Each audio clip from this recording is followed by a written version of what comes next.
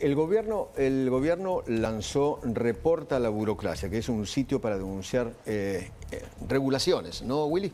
Así es, lo anunció hoy a través de una publicación en el Boletín Oficial. Después se refirió al mismo tema Manuel Adorni, el vocero, en la conferencia de prensa por la mañana.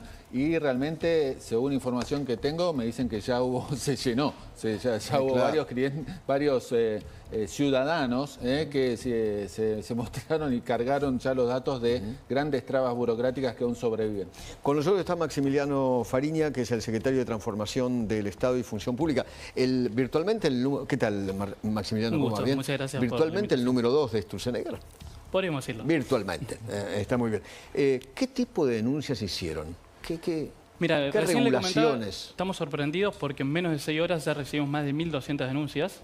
Esas 1.200 denuncias son a nivel nacional, provincial y municipal y están enfocadas en barreras normativas. Nosotros tenemos una visión de que el Estado tiene que dejar de ser la sombra del ciudadano.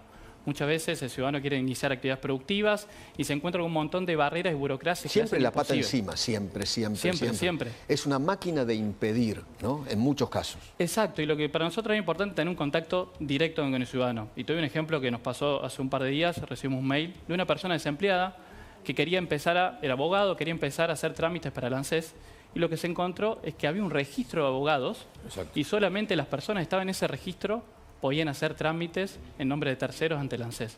Tenían que presentar foto 4x4, papeles, una gran burocracia que lo único que limitaba era un trabajador desempleado. Hecho para muy pocos, ¿no? Para muy pocos, y un trabajador desempleado que quería encontrar y buscar su salida a la vida, se encontraba con una normativa que se lo impedía. Claro. ¿Qué otros ejemplos encontraron de estas 1.000 y pico de... Esta es la página, ¿no? Exacto, esa es la página, cualquier ciudadano, empresa se puede acercar. ¿Es bien simple? Es simple. Tienen que completar simplemente nombre, apellido, cuál es el número de normativa, decreto, ley, si es una normativa nacional, municipal o provincial. Y después nosotros eso lo vamos a relevar y lo vamos a trabajar con cada una de las áreas sustantivas. Y en una segunda etapa, que esperamos ya va a estar la semana que viene, vamos a hacer público. Vamos a permitir a toda la sociedad que vea estas 1.200, 2.000, 3.000 denuncias, pues también se las queremos... que la gente pueda ver cuáles son esas denuncias. Que pueda ver qué es lo que reportó la gente, darle visibilidad, porque queremos la mayor transparencia posible, y también acercárselo a los municipios y las provincias. Queremos que las provincias y los municipios, que muchas veces nosotros les regulamos y quedan resoluciones, ordenanzas que terminan siendo una barrera para los ciudadanos, queremos acercarles estas ordenanzas, estas resoluciones, para que ellos también puedan hacer su trabajo y que realmente lograr el objetivo. ¿Más ejemplos de los que haya llamado la atención? Hay muchos. Algo que se repite generalmente es el sector de importación de productos, que cuando uno quiere importar un producto, por más que venga de un país como Estados Unidos, Japón, Gran Bretaña, que tienen estándares de calidad altísimos, a pesar de eso tienen que venir y hacer pruebas en Argentina. Agarro un ejemplo. La homologación. La homologación. La famosa homologación. Agarro un juguete, Lego. ¿Qué verso es? ¿Está homologado o no está homologado? Lo he escuchado millones de veces, ¿no? Y es irrisorio, porque por ahí tenemos juguetes, que hoy nos llegó un ejemplo de una persona que gastó $30.000 en importar juguetes para poder venderlos acá, y casi $5.000 y $10.000 se le fueron en esas muestras y homologaciones de un producto que ya tenía certificaciones internacionales. Digamos, no estamos poniendo en riesgo la seguridad, no estamos poniendo en riesgo a los ciudadanos, ni la salud, sino simplemente lo que decimos y lo que estamos trabajando en un decreto que esperemos que salga en los próximos 15, 20 días, es una simplificación para la importación de todos estos productos. Es como si yo quisiera traer, por ejemplo, un Tesla y yo necesito una homologación para traer el Tesla. O una autoparte de un auto de una primera marca que está certificado internacionalmente, y uno se encuentra que cuando viene a Argentina, el organismo de Argentina tiene que verificar que ese producto es seguro. ¡Qué bárbaro! Y eso pasa con un montón, digamos. Hoy, otro ejemplo, mientras venía, sucedía con las pinturas de látex. Cada pintura, cada lote tiene que hacer un estudio ante el INTA para ver si tiene plomo o no, cuando siempre dan negativos, cuando las auditorías tendrían que ser ex post. Entonces ahí también estamos trabajando con el ministro Mario Lugones. Siempre hay un costo adicional a eso. Siempre hay un costo adicional. Y lo que queremos es eliminar esa barrera, tener un Estado no solamente más eficiente, sino también más chico, porque también parte del trabajo que estamos haciendo en el Ministerio no es simplemente reducir la normativa, sino hacer un Estado más eficiente. Perdón, usted habla de barrera. ¿Es barrera o una oficina de peaje, donde la gente tiene que pagar una coima para que le sellen, está homologado, no tiene el plomo? Hay de las dos cosas, y creo un ejemplo muy paradigmático, justo estaban hablando de Alberto Fernández. Alberto Fernández, un par de días antes de irse del gobierno, creó por un decreto o le dio el monopolio a Cadra. No sé si lo llegaron a escuchar. Claro. Sí, lo comentó Willy. Y cuando uno mira las tarifas, esto le permitía, por ejemplo, una pequeña fotocopiadora que está en un barrio, que simplemente hace fotocopias de DNIs, de papeles que llevan las personas. Esta asociación, gracias a ese decreto, tenía el monopolio para ir y cobrarle 300.000 pesos por máquina. Es como Sadaic con el tema de la música. Sí, pero acá lo peor es que cuando uno mira el estatuto de cómo se repartía ese dinero, se repartía entre los socios de Cadra.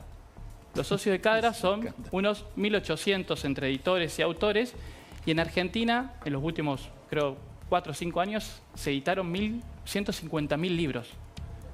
Entonces nosotros, por ejemplo, con Federico hicimos un libro gratuito de Economía 1 para acceder y para que todos los estudiantes lo puedan tener. Esta asociación podría ir a cobrarle a la gente que saque fotocopia de nuestro libro y nosotros no recibimos nada.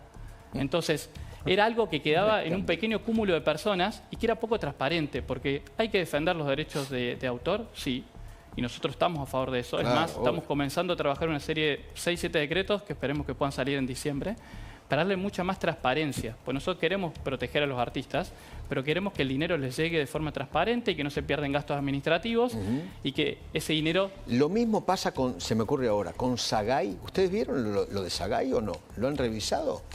Estamos ¿Lo de los trabajando... actores? Exacto, se viene trabajando en todas sociedades de gestión colectiva. Nosotros ya el principal cambio fue un decreto que definió lo que es un ámbito privado, porque muchas veces podía venir una sociedad de gestión colectiva y en una habitación de hotel, en una habitación de un hospital, en una fiesta privada con 5 amigos podía venir y cobrarte. Claro, Entonces, Sadaic. redefinimos lo que era ámbito privado. Claro. Y ahí estamos también teniendo colaboración y por eso para mí es importante involucrar a las provincias y los municipios. El gobernador de Mendoza, que sacó una notificación de que si las sociedades de gestión colectiva no respetaban esto, iban a ser sancionadas. Por eso creo que hay un trabajo muy fuerte y esto lo hicimos federal. No queremos que quede centrado simplemente en Buenos Aires, sino queremos tratar de llegar a cada ciudadano. Queremos que para cada ciudadano que está en cada parte del país... ¿Y lo de Sagay entonces lo van a revisar? Porque eso fue una creación de Néstor y Cristina, ¿no?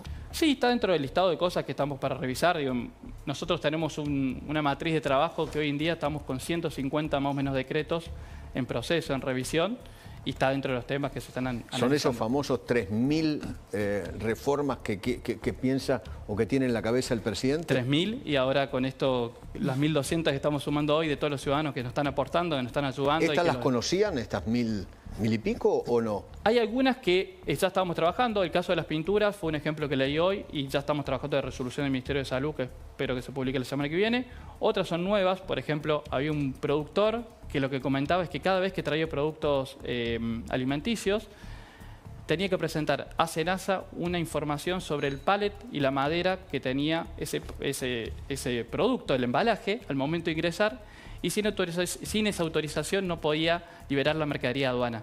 Entonces uno se encuentra... menos que vaya y pague una coima y entonces... O a menos que vaya y tenga que hacer un trámite. Entonces, por ejemplo, cuando uno va a SENASA, que se está haciendo un gran trabajo con Juan Pasos para eliminar, porque la verdad es hojas y hojas de resoluciones que son imposibles de encontrar, había registro de veterinarios. Si uno no estaba en ese registro, no podía ejercer.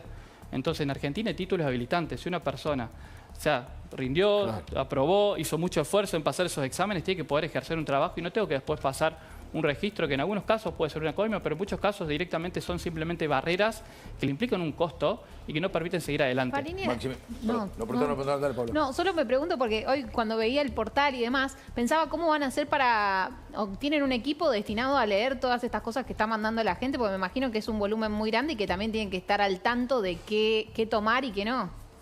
Sí, es más, con Federico nos involucramos mucho. Yo hoy, entre las 5 y las 7, me puse a leer, creo, las primeras 200 y 300.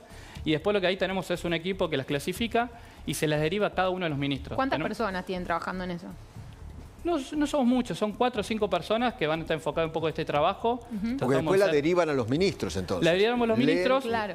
Y cada ministro le enviamos una propuesta. Es más, el decreto nos permite la posibilidad de intimar a cada una de las áreas que nos dé una respuesta y una solución para el ciudadano en un periodo de tiempo razonable.